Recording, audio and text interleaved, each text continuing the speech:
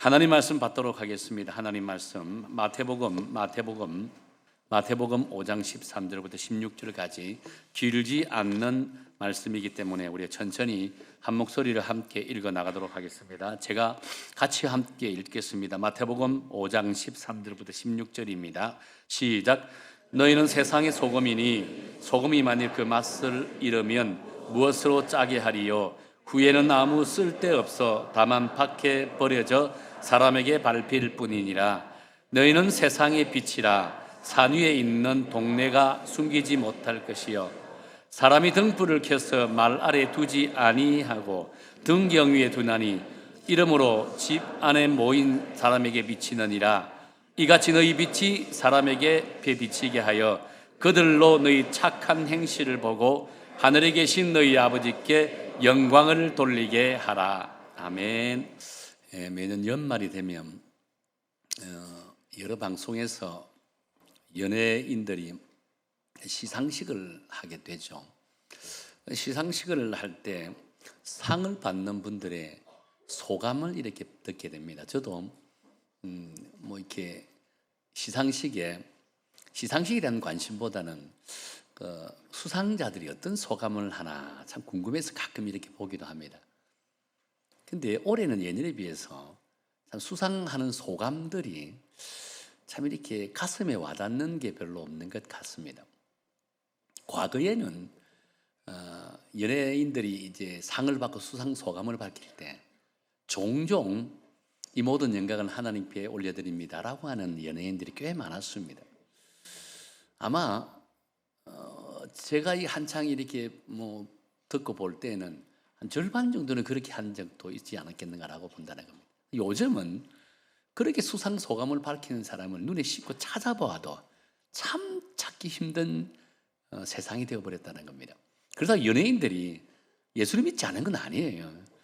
연예인들 통계적으로 보면 한 40% 정도가 예수를 믿는다고 합니다. 그만큼 다른 직업군에 비해서 그리스도인들이 참으로 많은 집단이 연예인 집단이라고 합니다.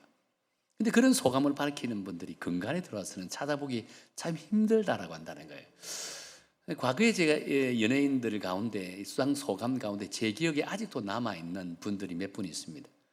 특히 아마 2023년도인가 우리 교회 전도 집회에 초청 받아왔던 우리 조혜련 씨가 오랜 시간 연예계를 떠났다가 다시 복귀하여 상을 받았습니다. 그때 한 수상 소감이 이렇게 이야기를 하더라고요. 사람은 저를 버렸지만 하나님께서는 끝까지 저를 붙들어 주셨습니다 라고 했습니다. 여러 가지 일들로 연예계를 떠났을 때 주변 사람들이 많이 자기를 떠났다고 합니다. 근데 하나님께서는 자기를 찾아오셔서 끝까지 자기를 붙들어 주셨다는 겁니다. 그래서 여기까지 인도해 주셨다라고 이렇게 소감을 밝혔습니다. 또 이렇게 가수 션이라고 하는 누구나 잘 알죠. 기독교에서는 아마 최고의 믿음대로 살아가는 연예인이지 않겠는가라고 봅니다. 션은 이렇게 이야기하더라고요.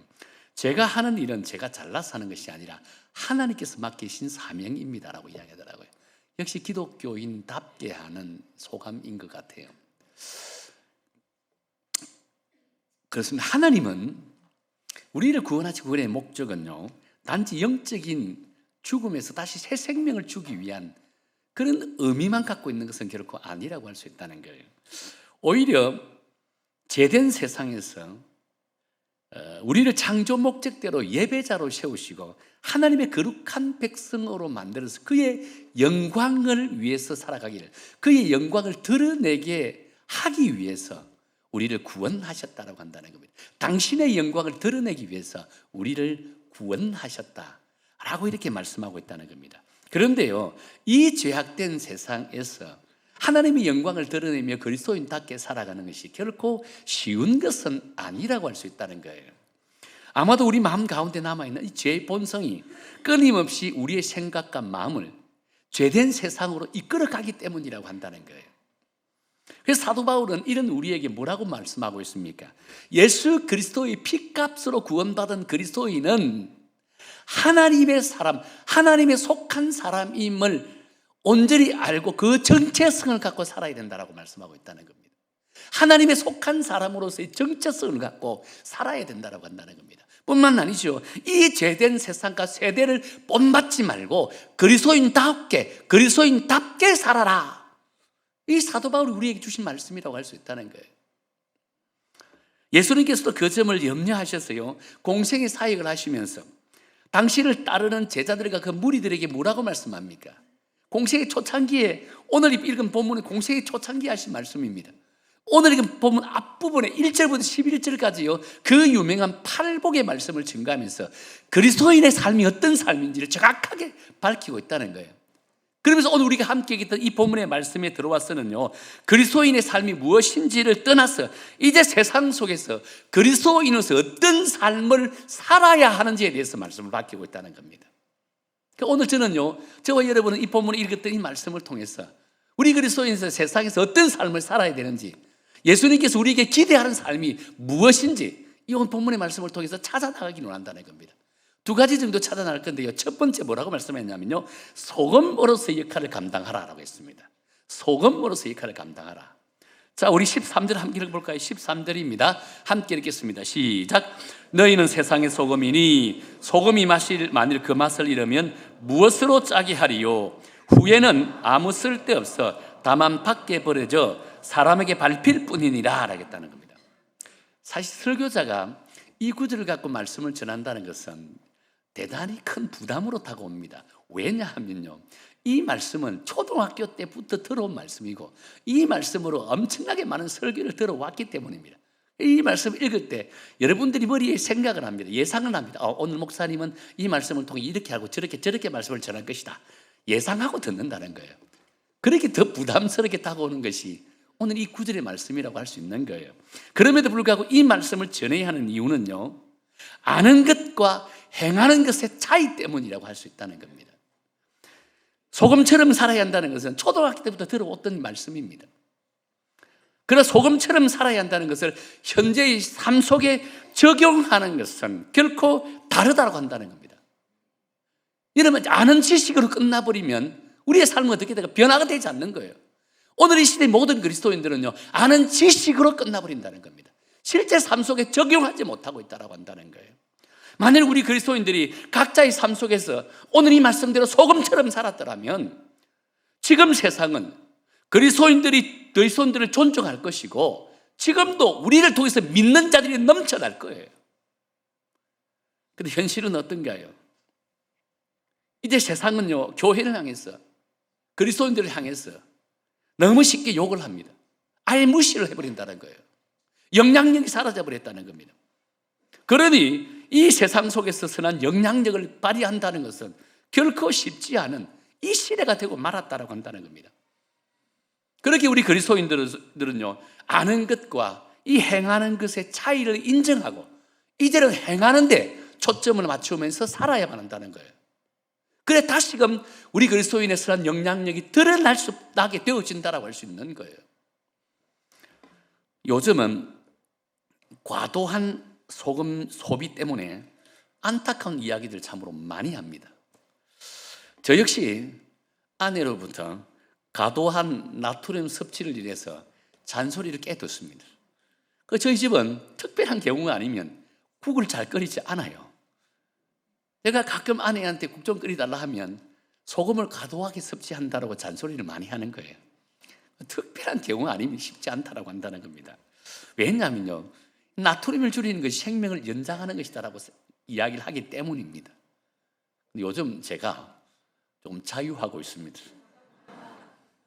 그저께는 부대찌개를 오다 해 먹었고 어제는 된장국을 오다 해 먹었습니다.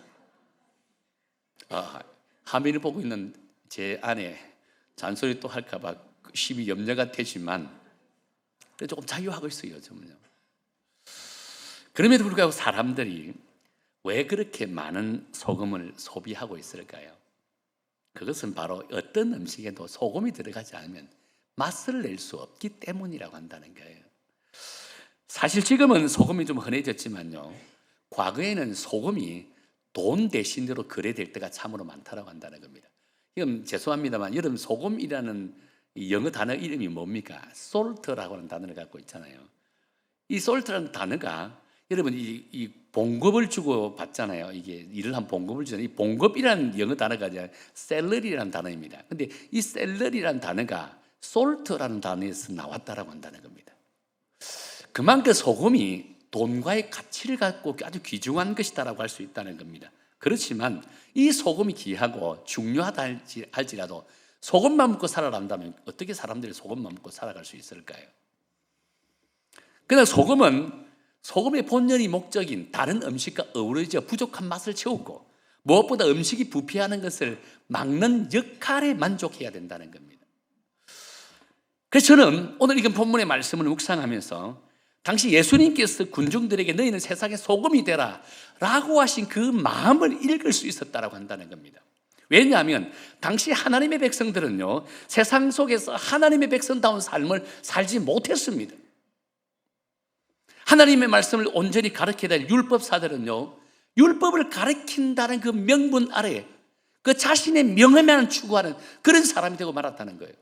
하나님의 백성이 하나님의 관계를 위해서 제사를 드려야 될 제사장들은요, 제사의 본질을 잃어버리고 제사를 통해서 어떤 이익을 구하는 상황이 되어버렸다는 겁니다. 재물을 뒤로 빼돌리는 거나 재물을 재사용하여 이득을 추구하는 오직 재물에만 관심을 갖는 그런 모습을 갖게 됐다는 겁니다. 그렇다 보니까 그 당시에 세상 사람들은 어떨까요? 어찌 하나님의 백성으로 거룩한 삶을 살아갈 수 있었을까요? 자연적으로 그들의 삶은 부패할 수밖에 없는 거예요. 안타까운 삶을 살아갈 수밖에 없다라고 한다는 겁니다. 이런 부패함을 알던 예수님께서는요, 당신을 따르던 그리스도인들만큼은 부패하지 말고 썩지 말고 세상에서 참된 소금의 역할을 감당하라고 말씀하셨다는 거예요. 말로만 그리스도인이라 하지 말라는 겁니다. 실제 삶 속에서 하나님의 백성다운 삶을 살아라. 이것이 하나님께서 그들에게 주신 말씀이라고 할 수 있는 거예요. 여러분, 소금이 가장 강력한 기능 중에 하나가 무엇이죠? 부패를 방지하는 거잖아요. 부패를 막는 것입니다. 놀랍게도 이 소금이 단순히 부패를 방지하는 것으로 끝나지 않았습니다. 인류 역사상 바라보면요, 이 지구 속에 있는 인류가 기하급수적으로 늘어날 수 있던 원인이 이 소금 때문이라고 한다는 겁니다. 이 소금이 있었기 때문에, 이 소금 가운데 염장 기술이 있었기 때문에요, 인류는 이렇게 존재할 수 있었다고 했습니다. 이 염장 기술로 인해서 문명이라는 것이 태어나게 되고 산업화가 급속도로 커져갔다고 했다는 거예요. 발전을 이룰 수 있었다고 했습니다. 그래서 이 소금의 역할은요, 단순히 맛을 내거나 부패를 방지하는 것을 뛰어넘어서 생명을 살리고 세상을 변화시키는 역할을 감당했다고 한다는 거예요. 그처럼 이 소금의 역할이 위대하다고 할 수 있는 거예요. 그래서 우리가 그리스도인으로서 세상 속에 살아가로 들어가면요, 세상은 자연적으로 영적인 갈증을 느낄 수밖에 없다는 겁니다. 소금이 세상에 들어가는데 어떻게 세상이 이 갈증을 느끼지 않을 수 있을까요? 무엇보다 부패하고 썩은 집단에 들어가게 된다면요, 그들과의 충동을 통해서 화학적 반응을 일으킵니다. 화학적 반응을 통해서 쓰라린 아픔을 겪게 만든다는 겁니다. 쓰라린 아픔을 겪게 되면 결국 그들은요, 새로운 삶으로 변화되는 역사가 일어나게 되어진다고 한다는 겁니다. 그래서 우리 그리스도인들은요, 하나님께서 우리에게 소금으로서 세상에 들어가서 그들을 변화시켜야 될 사명을 우리에게 주셨다고 한다는 겁니다. 우리가 가는 곳곳마다 변화의 역사가 일어나야 된다고 말씀하고 있는 거예요. 그래서 이 땅에 우리를 파송하는 것은 이런 기대심을 갖고 우리를 세상에 파송하셨다고 한다는 거예요. 그런데 안타깝게도 오늘의 그리스도인들은요, 소금으로서의 참맛을 잃어버리고 살고 있다고 합니다. 소금이라고 생각해 세상에 넣었는데 아무런 변화가 나타나지 않는 거예요. 처음부터 모래라고 생각했더라면 아예 기대감도 가지지 않았을 거예요. 그런데 가만히 보니까 소금의 모양을 하고 있어요. 소금의 습성을 가지고 있어요. 그래서 세상에 넣었더니 아무런 변화가 일어나지 않는다고 했다는 겁니다. 그러니 맛을 잃은 소금 자체는 아무런 가치가 없는 것처럼 우리 그리스도인들도, 맛을 잃은 우리 그리스도인들도 세상 속에서 아무런 가치 없는 존재로 살아가고 있다는 겁니다. 그렇다면 소금이 왜 이렇게 맛을 잃어버렸을까요? 왜 가치 없는 존재가 되어버렸을까요? 예수님 당시 팔레스타인에서 쓰던 소금은요, 지금과는 달랐다고 합니다. 사해 주변에서 이 소금을 이렇게 관찰해 보면요, 그 소금의 맛을 보면 하나같이 짠맛을 잃어버리고 쓴맛만 갖고 있었다고 합니다. 왜 짠맛을 잃었나 조사를 해보니까 이제 오랜 시간을 거쳐오면서 습기와 비와 바람을 거쳐오다 보니까 짠맛이 서서히 빠져버렸다고 한다는 거예요. 결국 남은 것은 아무 역할도 하지 못하는 하얀 가루 정도만에만 불과하였더라라고 한다는 거예요. 우리 그리스도인들도 마찬가지입니다. 소금으로서 세상에 파송받았지만 세상 사람들과 똑같이 인정받고 싶어하는 그 욕망, 적당하게 세상과 타협하고 싶은 이 욕망, 그리고 그렇다 보니까 이 소금들은요 짠맛을 완전히 잃어버린다는 겁니다. 내가 세상에서 편안하게 살고 싶어요. 나름대로 즐기고 느끼고 나름의 행복하게 살고 싶다라고 이 안일함 때문에 우리 그리스도인들은 시간이 갈수록 이 소금으로서의 맛을 잃어가고 있더라라고 한다는 겁니다. 이것을 두고 우리는 뭐라고 이야기합니까? 그리스도인의 세속화라고 하는 겁니다. 실존주의 철학자인 키에르케고르는요 세속화에 대해서 이런 비유를 하나 들었습니다. 지중해 연안에서 서식을 하는 들오리들이 여름을 보내기 위해서 노르웨이로 이제 이동을 하고 있다는 겁니다. 한참 이동을 하다가 네덜란드에쯤 보니까 어느 한 그 농가의 뜰에서 집오리들이 아주 맛있게 모이를 쫓고 있더라라고 한다는 겁니다. 근데 이제 이동을 하던 들오리 가운데 한 오리가 그들의 평화로운 모습을 보고 그 집오리 속에 이제 정착을 하게 되었습니다. 내려앉았다는 겁니다. 그러니까 집오리들이 자기 집에 찾아온 들오리를 보고 융숭하게 대접을 했습니다. 그리고 며칠 후 이제 들오리는 가만히 생각해 보니까 이거는 이래서는 안 되겠다라고 생각하여 자신의 종족 대일에게 찾아가려고 이 나락을 날개를 펴고 이렇게 날개를 펼쳤습니다. 그런데 몸에 기름기가 많이 있다 보니까 날지를 못하는 거예요. 너무나 마음이 안타깝다는 겁니다. 그러다 어쩔 수 없이 집오리들과 함께 살았습니다. 해가 바뀌었습니다. 여전히 이제 여름이 되고 자기 종족들이 이제 먹이를 위해서 이 노르웨이로 이동을 한 과정을 하늘에 보았습니다. 보았을 때 어떤 마음이 들까요? 양심에 왠지 모르게 가축이 되는 거예요. 허전함이 되는 거예요. 외로움이 되는 거예요. 안타까움이 듭니다. 그러나 자기는 날 수는 없어요. 기름기가 잘딱 끼었기 때문에. 또 해가 바뀌었습니다. 또 자신의 동족을 보니까 또 마음이 안타까움이 느껴요. 하루 한 해 지나다 보니 어느 순간에 자신의 동족이 날아가는 것도 보고 이제 전혀 관심이 없습니다. 아예 생각조차 하지 않고 집오리들과 함께 시궁창을 이제 뒤집는 그런 일들을 하고 있더라라고 했다는 겁니다.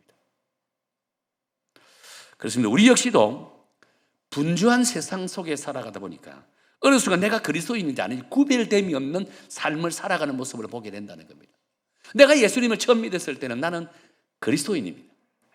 예수 그리스도의 십자가의 은혜로 구원받은 하나님의 백성입니다. 내가 사는 세상에 들어가서 나는 하나님의 백성답게 살려고 노력합니다. 만나는 이들마다 예수 믿으세요? 예수 믿니?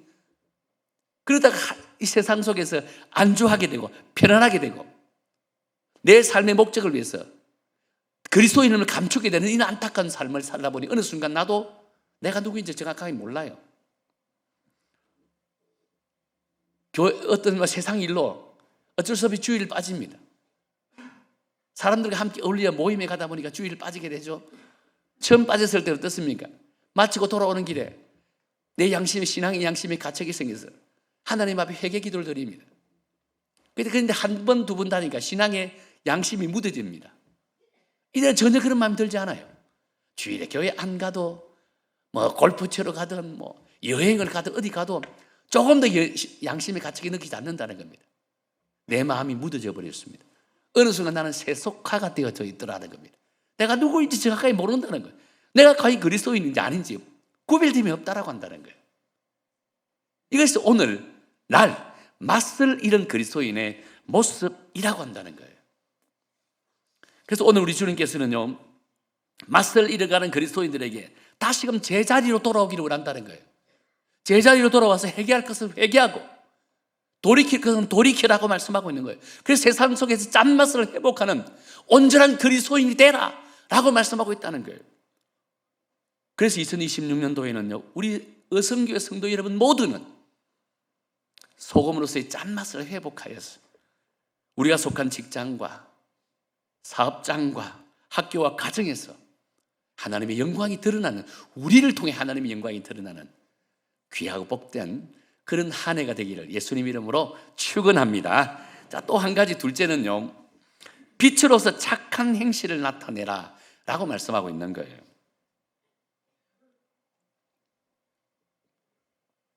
우리 14절 함께 읽어볼까요? 14절입니다. 함께 읽겠습니다. 시작. 너희는 세상의 빛이라 산 위에 있는 동네가 숨겨지지 못할 것이요 라고 합니다. 근데 이 구절을 메시지 성경에서는요 이렇게 해석하고 있더라고요. 제가 읽어드릴게요. 너희는 빛이 되어 세상에 하나님의 색깔을 드러내라고 여기에 있는 것이다 라고 했다는 거예요. 여러분, 빛은 우리의 행함을 남김없이 드러나게 합니다. 거짓도 드러나게 하고 불의도 드러나게 하고 가짜도 드러나게 한다는 겁니다. 그래서 빛 앞에서는요 어둠은 아무런 힘을 쓰지 못한다라고 한다는 겁니다. 감추려고 해도 감출 수 없다라고 한다는 거예요. 빛이 있으면 무엇이든지 드러날 수밖에 없다라고 하는 거예요. 그렇게 죄악으로 얻은 이 세상에 원수마귀 다 이기고 승리한 삶을 살려면요 우리 스스로가 빛으로서 살아야 된다라고 말씀하고 있는 겁니다. 만약 우리 그리스도인들이 세상 속에서 사랑의 빛이 되고 진리의 빛이 되고 생명의 빛이 되고 평화의 빛이 된다면요 세상은 달라진다는 거예요. 그리고 무엇보다 하나님의 영광이 드러나고 하나님의 나라가 이루어지게 된다라고 말씀하고 있다는 겁니다. 주님께서 우리를 통해 이러한 변화의 역사가 일어나기를 원한다는 겁니다. 이러한 기대심을 갖고 우리를 세상에 파송하셨다라고 말씀하고 있는 거예요. 분명한 사실은요 세상은 스스로 빛을 내지 못하는 어두운 곳입니다. 지구가 태양빛을 받아야만 환해지듯이 이 세상도 마찬가지입니다. 외부로부터 빛을 받아야 밝음을 유지할 수 있다고 한다는 겁니다. 그렇기에 세상의 빛으로 부름받은 우리 그리스도인들은요 우리 스스로가 빛이 되어서 어두운 세상에 빛을 발하는 그런 믿음의 삶을 살아야 한다는 겁니다. 그래서 우리가 가는 곳곳마다 밝음이 드러나야 된다는 겁니다. 우리가 가는 곳곳마다 희망의 빛을 보여야 된다고 할 수 있다는 겁니다. 이것이 하나님께서 우리를 부르신 목적이라고 할 수 있다고 한다는 겁니다. 그래서 세상에는요 두 종류의 사람이 있다고 하는 거예요. 하나는 스스로 빛이 되어주는 사람이 있고 또 다른 한 사람은요 빛을 따라가는 사람이 있다고 한다는 겁니다. 근데 예수님께서 우리에게 뭐라고 말씀하십니까? 15절과 16절에서 우리에게 빛이 되어주는 사람이 되라라고 말씀하고 있다는 겁니다. 한번 읽어볼까요? 15절과 16절입니다. 우리 함께 읽겠습니다. 시작. 사람이 등불을 켜서 말 아래 두지 아니하고 등경 위에 두나니 이러므로 집안 모든 사람에게 비치느니라. 이같이 너희 빛이 사람 앞에 비치게 하여 그들로 너희 착한 행실을 보고 하늘에 계신 너희 아버지께 영광을 돌리게 하라. 그렇습니다. 우리에게 빛이 되어주는 사람이 되라 라고 이렇게 말씀하고 있다는 겁니다. 자, 그렇다면 빛이 되어주는 사람에게는요 두 가지 측면이 있다고 합니다.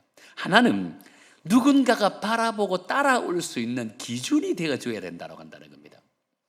사실 우리가 사는 세상은요 무엇이 옳고 그름이 완전히 혼돈이 잃어버리는 이 구별이 되지 않는 혼돈의 세상이 되어버렸다고 한다는 겁니다. 여러분도 세상에 보세요. 옳고 그름을 정확하게 판단하고 기준을 잡을 수 있을까요? 없어요. 어떤 사람은요 우리가 봤을 때 저거 영 아닌 사람이 인정받고 선택받은 정치인이 되고 막 그런 거예요. 그 세상은 옳고 그름의 구별이 없습니다. 이럴 때 우리 그리스도인들은요 이들에게 정말 판단을 내려주고 중심을 잡는 사람이 되라, 기준이 되는 사람이 되라는 거예요. 우리 그리스도인들이 이런 사람이 될 때 우리 모두가 우리를 어떻게 수긍해 준다는 겁니다. 세상이 우리를 존중해 준다는 거예요.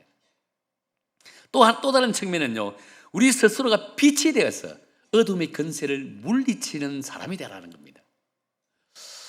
빛의 영역을 넓히게 하기 위해서는요 빛이 퍼져나가야 됩니다. 빛은요 반드시 퍼져나가야만 영역을 넓힐 수 있습니다.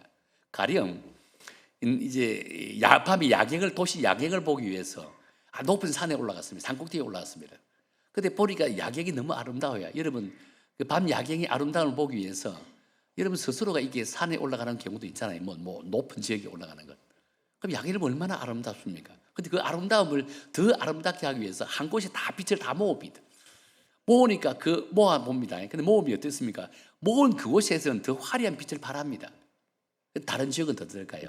어둠이 오히려 더 가득할 수밖에 없다라고 한다는 겁니다. 그래서 빛은 모이는 것이 아니라 흩어져야만 한다라고 이야기하는 겁니다. 빛은 모이는 것이 아니라 흩어져야 된다는 겁니다. 이 말씀 속에 선교적 교회의 사명이 있다는 겁니다. 이 말씀 속에 우리 그리스도인들이 살아야 삶의 목적이 담겨 있다고 한다는 거예요. 이 말씀 속에 우리 교회 2026년의 표가 담겨 있다고 할 수 있다는 거예요. 분명한 사실은요, 우리 모두가 각자의 삶의 영역으로 흩어져 빛으로서의 역할을 잘 감당하게 된다면 세상은 분명히 달라집니다. 여러분 생각해 보세요. 우리 교인들 숫자가 아이들하고 보면 한 800명이 됩니다. 이 아이들이 세상 곳곳에 흩어져서 빛으로 역할을 감당한다면 세상은 어떻게 될까요? 세상은 뒤집어집니다. 우리 여성교회 성도들만 빛으로서의 온전한 역할을 감당하기 원한다면 여러분의 각자 삶의 영역, 직장, 사업장, 또 가정, 학교, 그곳에서 빛으로 역할을 감당하면요, 여러분을 통해 세상이 밝아진다는 겁니다. 달라지고 변화, 아마 부천지역이 뒤집어질 거예요. 우리가 그런 역할을 못하니까 선한 영향력을 드러내지 못하고 세상은 변화되지 않는다라고 할 수 있다는 겁니다. 그래서 오늘 예수님께서 우리에게 빛으로서 역할을 감당하기 위해 세상이 흩어져라, 각자 삶의 영역에서 빛으로서 역할을 감당하라 라고 말씀하고 있다는 거예요. 그러나 만일 우리가 교회에 갇혀서 서로의 빛을 보고 네 빛이 밝니 내 빛이 밝니 서로 잘남을 드러내게 된다면 어떤 일이 벌어지게 될까요? 하나님은 그런 교회를 쓰지 않는다는 겁니다. 쓰시지 않는다라고 할 수 있다는 겁니다. 그래서 우리 주님께서는요, 소중한 빛을 안고 세상에 나가서 빛된 삶을 살아라 라고 말씀하고 있다는 겁니다. 그렇다면 우리의 빛은 모닥불이 되어서 세상을 밝게 할 것이고, 또 우리 빛을 통해서 세상은 점점 더 밝아지고 종국에 가서는요, 변화의 역사가 일어나게 되어진다는 겁니다. 옳고 그름의 구별이 없는 이 세상에 옳고 그름의 기준이 생기게 되고 의와 불의가 정확하게 분별되는 이 세상이 되어진다라고 말씀하고 있다는 겁니다. 2026년도 우리 여성교회는 이런 사명을 감당하기로 한다는 거예요. 우리를 통해서 우리가 속해 있는 그 세상이 달라지고 변화되는 역사를 경험하기로 한다는 겁니다. 하나님 그런 자를 통해 종기 들어 쓰십니다. 그런 사명을 붙들고 살아가기로 한다면 물질이 필요하면 물질을 줍니다. 명예가 필요하면 명예를 주십니다. 지혜가 필요하면 지혜를 주시고 지식이 필요하면 지식을 줍니다. 건강이 필요하면 건강을 주신다는 것입니다. 어떤 사명을 품고 나가는가, 살아가기를 원하는가, 그것이 대단히 중요하다고 할 수 있다는 겁니다. 한 사람의 변화를 통해서 그 주변 지역이 다 하나님의 역사가 나타나고 하나님의 영광이 드러나는 그런 세상, 그런 시대가 되기를 예수님 이름으로 축원합니다. 미국의 노스캐롤라이나 대학이라는 곳이 있습니다. UNC 대학으로 알려져 있는 그 대학입니다. 그 대학이 한 번은 이런 조사를 한 적이 있었습니다. 학과별 졸업생들의 평균 연봉을 조사했다고 합니다. 그런데 그 당시에 조사를 해보니까 우리 보통 여러분 대학의 학과 출신 가운데 경영학 전공이나 법대, 의대나 전문직 과를 졸업한 졸업생들의 연봉이 높다라고 생각하잖아요. 그런데 당시에 그 조사를 해보니까 의외의 결과가 나왔습니다. 그 졸업생들 가운데 연봉이 가장 높은 과가 지리학과라고 했다는 겁니다.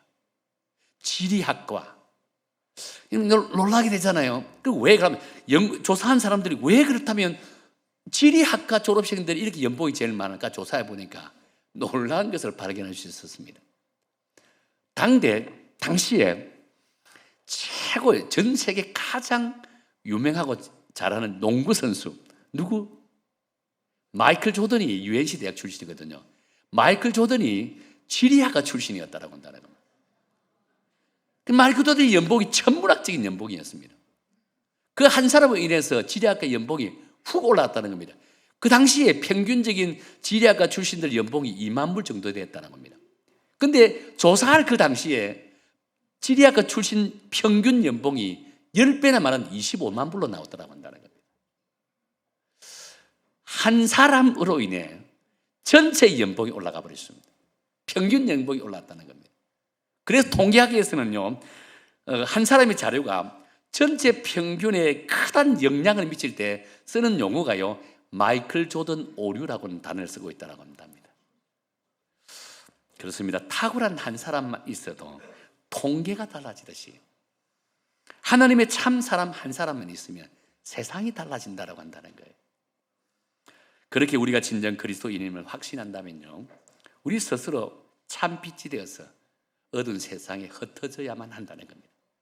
그곳에서 빛의 역할을 감당한다면 우리가 가는 곳이 하나님의 나라가 되고 하나님의 영광이 우리를 통해 드러나게 되어진다고 한다는 겁니다. 2026년 올 한 해 동안 우리 여성교회는 이런 사명을 감당하기를 원합니다. 소금이 되고 빛이 되어서 그다음 뭐라고 된다고요? 착한 행실로 인해 하나님의 영광이 드러나게 된다라고 말씀하고 있다는 겁니다. 그런데 명심하십시오.